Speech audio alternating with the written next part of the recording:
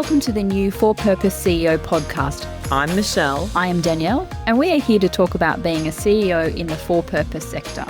Each episode, we will talk about issues not-for-profit and for-purpose CEOs need to manage based on our 30-plus years of experience.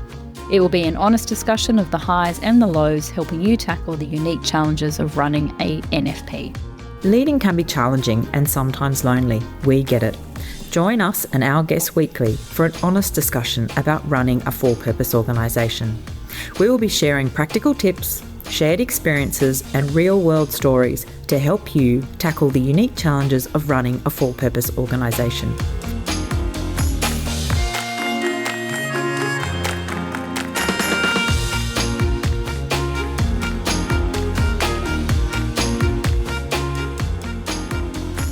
All right, well, this one I think is going to be a really interesting one. So earlier, Danielle and I were talking about values, corporate values, and I think we've hit a real point of contention here, which is, do you put your values on the wall?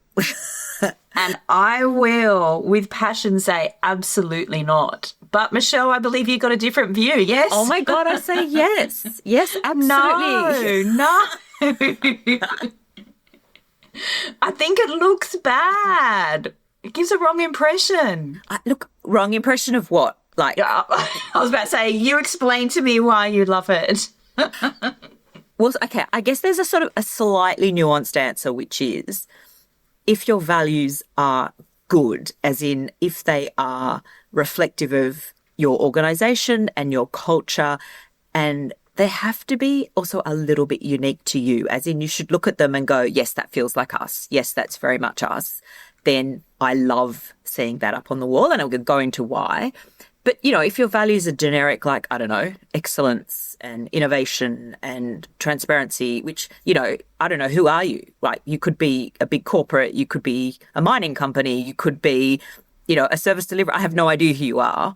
Then, you know, I think you need to do a bit more. But I'd take it to the next level and I'd say I still would put them on the wall, but I'd put them on the wall with conditions. So would there be caveats underneath your list of values, and here are the conditions of these values on the wall?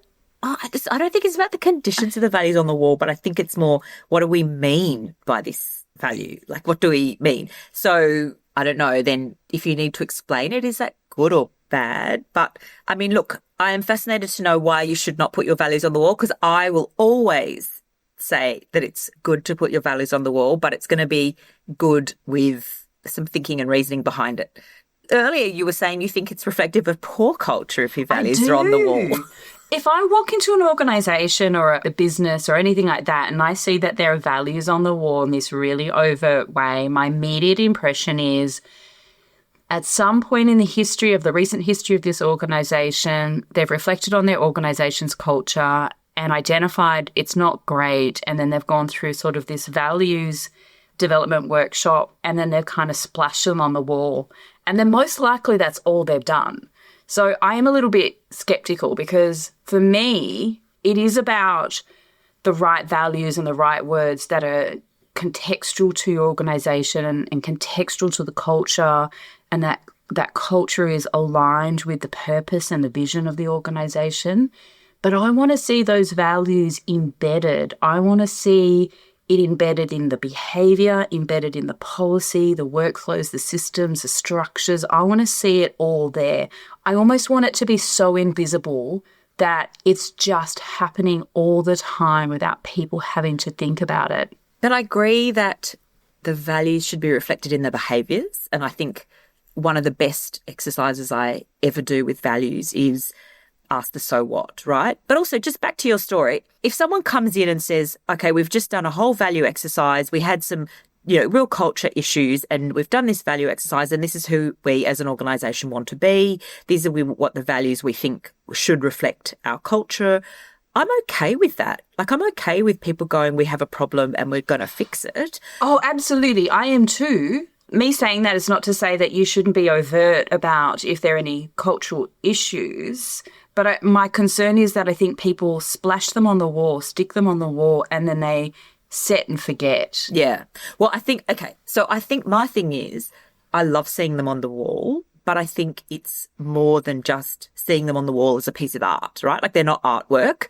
And so I think you have to do that exercise, which is, it's almost like the so what. So if your value is, say your value is inclusivity, I then need to know, so what does that mean you do?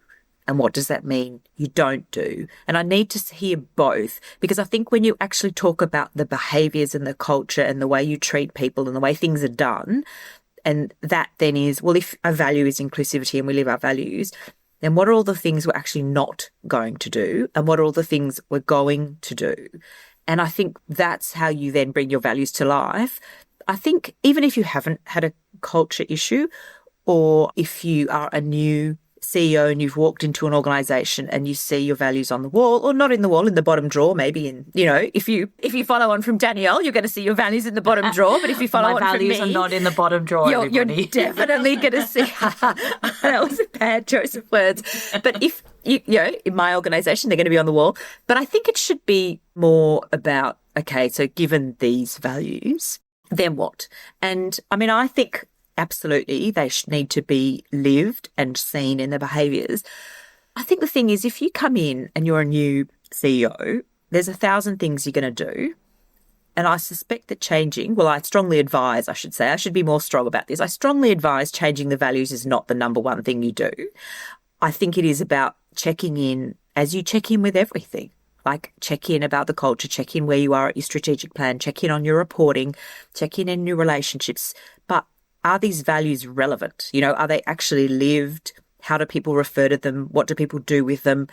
And I think that's kind of the checklist. What on your checklist as being a new CEO, like what happens with these values? Because often, as you say, it's set and forget, or they've been there for 1,000 years. And so they're kind of generic and boring and actually mean nothing in some ways. But they could still be incredibly relevant to the organisation's purpose. So if you're a new CEO, as you said, I would agree, don't come in and think that the first top 3 things you need to do is change the values. Absolutely, one of the top 5 to 10 things you're going to be doing is assessing the culture of the organisation, because you need to know, is this the kind of culture that is going to help me get the strategic direction and the outcomes we need to get to? But you may not, and certainly looking at the values is an aspect of that. But the values might still be great values. It's just the behaviour or the systems and the structures and the processes are not enabling those values to come to alive. So you might not be about changing values, but to your point, taking that question about, here are our values, what do they mean? What don't they mean, to your point? Be really clear about what's not included or covered.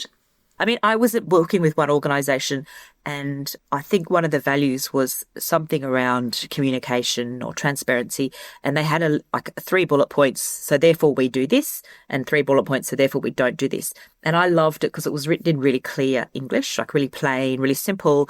And one of the things was, therefore we don't gossip. And I just thought that's beautiful, right? Because that is a clear destructive behaviour in a workplace.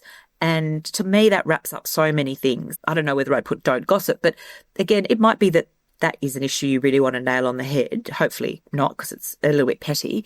But I think it is reflective on a whole lot of communication styles, like the meeting after the meeting. That's just so annoying and indicative of there's something wrong with your culture if people aren't speaking up in meetings, because then you go and have meeting after the meeting. So I think that absolutely it's sort of part of the assessment of culture. But I think there's 2 things as a new CEO. You walk in and you see your values and either they're not resonating or you just feel like they're just a bit blah, and therefore do they actually speak to who you are? Or they're okay as values, like they're probably nice words, but is there an issue with the translation of them? Like, are they actually being lived? And I think that's a different exercise that then you can do as part of that culture piece around where I'm a new CEO, what are the behaviours that I want to see in this organisation, and what are the behaviours and the ways of working that I don't want to see, and have that discussion with all staff, with volunteers around, this is how we do things around here. This is actually what the culture should be. Should be. I remember when I first started, I ran an activity with my team. They were a much smaller team then than they are now. And it was around the values and it was clear to me that there were perhaps different perspectives around what the organisation's values were. So we ran an activity which was Play-Doh, where people got to, out of Play-Doh, sort of convert our values into... oh, my God. I suddenly realised you meant Play-Doh, like plasticine Play-Doh. Yeah. Yes. Play-Doh, as in children's Play-Doh. Play-Doh. Well, see, then I would hate that. My team loved that, everybody. But what I wanted to see was how people interpreted the values, and then how they did small group work. So how individuals interpreted the values, and then how aligned was the individuals within the groups with the values and each other, or misaligned, and then what work needed to be done to sort of bring that alignment together. And so I like the doing with hands things, because I think it creates different ways to express. It's also kind of therapeutic. It's like, if you go to a very long strategy session, sit there and do knitting or something, because there's almost a sense of therapy as part of that. So it was really, really interesting. I'm never facilitating a strategy session for Michelle, everybody. That's very clear. Well, I promise you, if I facilitate a strategy session or a value session, there'll be no painting, no crayons, no plasticine. No Play-Doh, no knitting, no, I do all the creative stuff. But it was really interesting because it was a fun session. It was a good team building session. It brought people together.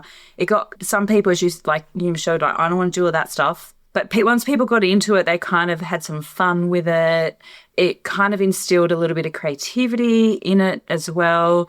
And it also gave me sort of visual representations of people's interpretation rather than the narrative, which then people kind of get obsessed with the words. What's a visual representation of, like, respect, or... I don't know, what was the value? Yeah, so what people were doing was converting it into the type of service. They told a story around it. So it became storytelling. So here's Play-Doh of our service. So they would, do humans doing something, or they would use a symbol, and then they would tell the story to actually explain it and its meaning to them. It was actually super fascinating, but it was really good for team building, and it was really good to bring out some sort of creativity in individuals who really were very good at it. And it also gave me a sense as to the nuance that people have to the values, because organisations have more than one value, and you're going to have a bent towards a favourite value or one that aligns more strongly with you as a person. So it gave me a sense as to where people really put the time. I think there's a few things to pick up on, because I think one of them is that if you're coming in as a new CEO, you want to understand how your various staff members and volunteers, if they're part of the exercise, think and feel. Because I think one of the conversations is really going to be, are these values real for us?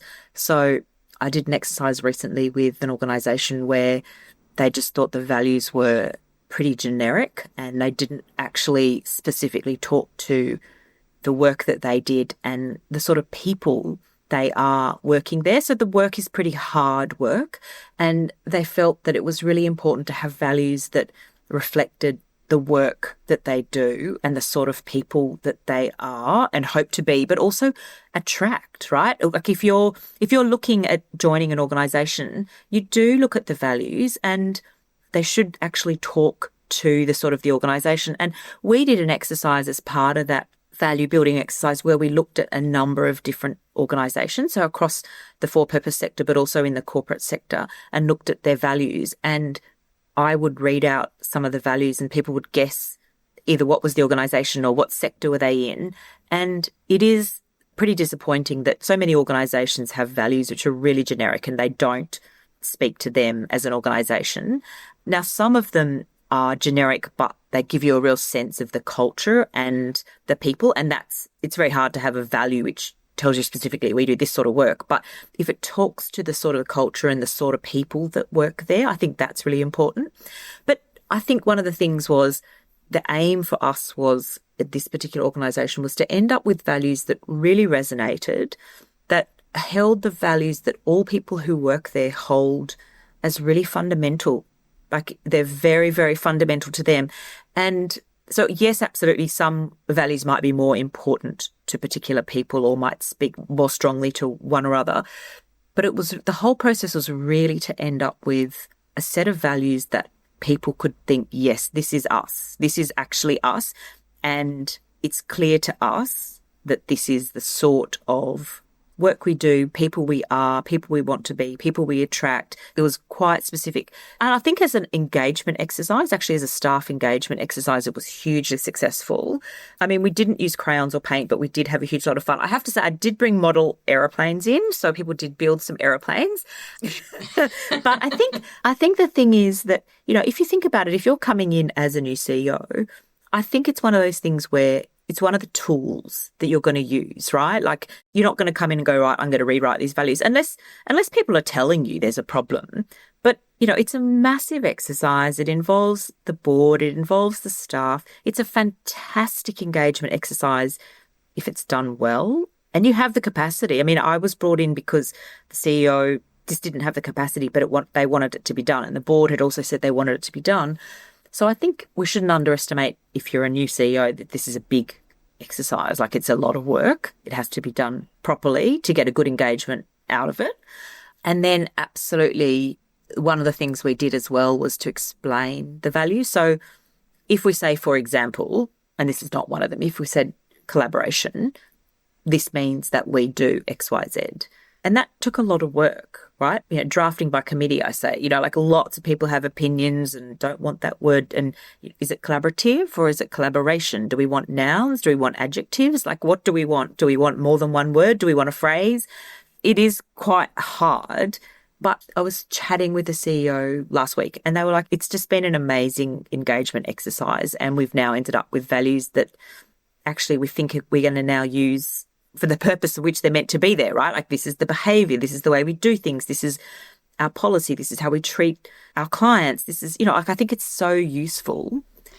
It's then what happens after that, because I agree, I think it is a very useful engagement mechanism to, and I think also when it is facilitated, because it means that the CEO can be part of the work, not leading that work. And so it gives them an opportunity to listen from a different point of view as well, and also contribute without enforcing their position on a group of people.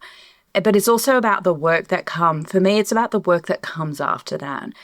So listening to you tell that story about it's critical, your values sort of set the behaviour and the way we do things around here. And then it's also an attraction tool. But it is also a tool to understand that when you're interviewing for new staff will they fit our values? Do they understand and will they be able to work within the values that we've set within the organisation? So then making sure then your recruitment systems and structures give space and time for the assessment of an individual against the values as well, not just against the skill. Because I think my team do really well in the recruitment because they spend a lot of time assessing the fit. Right. And do you ask questions, like questions which specifically seek to explore the behaviours around action, behaviours around values? Yes. So, or even as overt as one of our values is, what does that mean for you? Oh, yeah. I like that as a recruitment question because hopefully you've done your homework, right? Hopefully you've actually looked at the values, and hopefully they're not boring values where they're just so blah, but hopefully there's something that is a bit interesting. And you can give, as a candidate, you can sort of demonstrate that I understand the organisation does this and this is how that value plays out in practice or in action. I find that really helpful as well. But then it also guides, because once you get sort of that cultural fit with the values aligned, then it can guide, you know, if you're working with clients, consumers, participants, beneficiaries, whatever you want to call, what name you provide. You know, when things get really tricky, it's your values that you become your default mechanism to your decisions. So our values are this. So how does our value, what do our values mean in this situation? How do they guide our decision? They guide our behaviours, our actions, etc. And particularly as the CEOs, your teams watch that behaviour. They also watch the CEO put those values in action. And we've obviously done a podcast around culture surveys, and then you can test those values in a survey and ask staff about the values or ask, you know, whether leadership actually behaves within the values. Do they see that happening as well? So there's a lot of work to do after that, I think, to make sure that they become alive. I agree. And I think if you're the CEO, particularly if you're a new CEO, one of the things that I think staff and particularly your senior leadership team is looking at you with is how you make decisions and how you make decisions in terms of what are the different factors you're weighing up, what weight you're giving to the different factors. Because lots of decisions are easy, but there's plenty of hard decisions where you've really got to kind of look at everything and balance things. And I think that's also a conversation where if you share with your senior leaders how you're making some decisions and the weighting you're given to the different factors, I think that can also be an important piece of your culture around how decisions are made, and therefore you're leading as well and you're teaching. Like, this is the way I made this decision, and some decisions are unique, but it also gives confidence and educates your leadership team around how you think good decisions are made, and therefore what you're expecting as well. Like, people should be making decisions transparently and fairly and in alignment with the values. So, and then that's role modelling, because then you would expect then your leaders would obviously observe that behaviour and then reflect that behaviour in their own leadership styles as well. And then that translates right across the organisation. And again, that's about then those values becoming alive. So in a lot of ways, the values are actually playing so you mean then they're on the visibly. wall? No, you knew where I was going with that. They're going on the wall. No, it's playing out quite invisibly and people just know. But you won't know. But I think that's an important point not to forget, though. If you're new, then it is, I think, really helpful to have values on the wall. If you're new, if you're a new senior manager and you're told the way we behave around here is X, Y, Z, then I think it's pretty obvious what you're expecting of people if your values are on the wall. See, but I would expect that I wouldn't have to push that out to them, that there's part of in their role that they would be seeking to observe that and understand that, because they're going to have to behave that way and they have to consider. So I would actually present that it becomes a conversation that is, there's sort of a dedicated time for a discussion about that in the induction schedule. Yeah. I mean, it's not an either or, right? Yeah, that's right. And then there's an ongoing conversation as well where you might create some sort of reflective practice. For those of us in human services, we talk about reflective practice, where there is time for reflective practice, where there is that consideration around what have I learned today? And it could be questions around values, how have they been applied? How am I going to apply them? So again, you're then embedding it in the person, in the way that they do things. But I agree with you that values being very overt somewhere when somebody's new is needed, absolutely, because it's easy to get lost. There's so much information. I mean, I think really they are a piece in the puzzle, right? So they're very fundamental. I think that they should be reflected in behaviours and the way things are done and the way decisions are made. I think if they're on the wall, then it's also useful to see them, like up there. I think just dust them, though, so they don't look like they've been for 10 years and no one's looked at them. That's not a good sign either. But I think that's also reflective in behaviours, right? So if they're up on the wall and they're not in behaviours, then you've got a problem.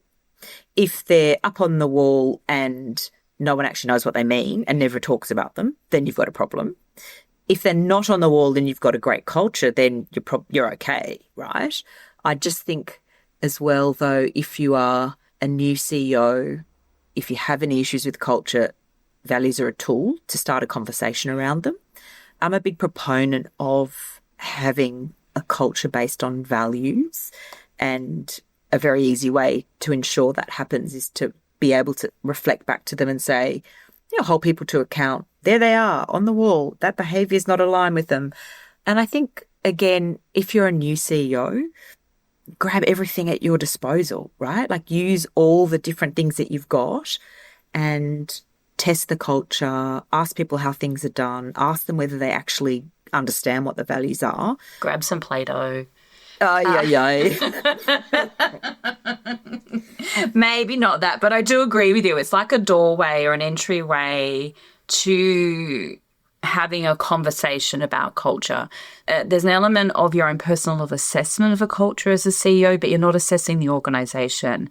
But it gives you an opportunity to open the door for a conversation, whether that is a facilitated conversation, whether it is a led conversation by you, to unpack the relevance of the values, then as you were saying, Michelle, what's in, what's out. So being quite specific about what that value is. So making it very contextual and nuanced to your organisation, not the generic kind. And so people actually understand that, and then looking at how you get that within all your processes and all your systems and structures as well, so it comes alive. Yeah. Right. Okay. I think Done. that's values. I think we've done values. Yes.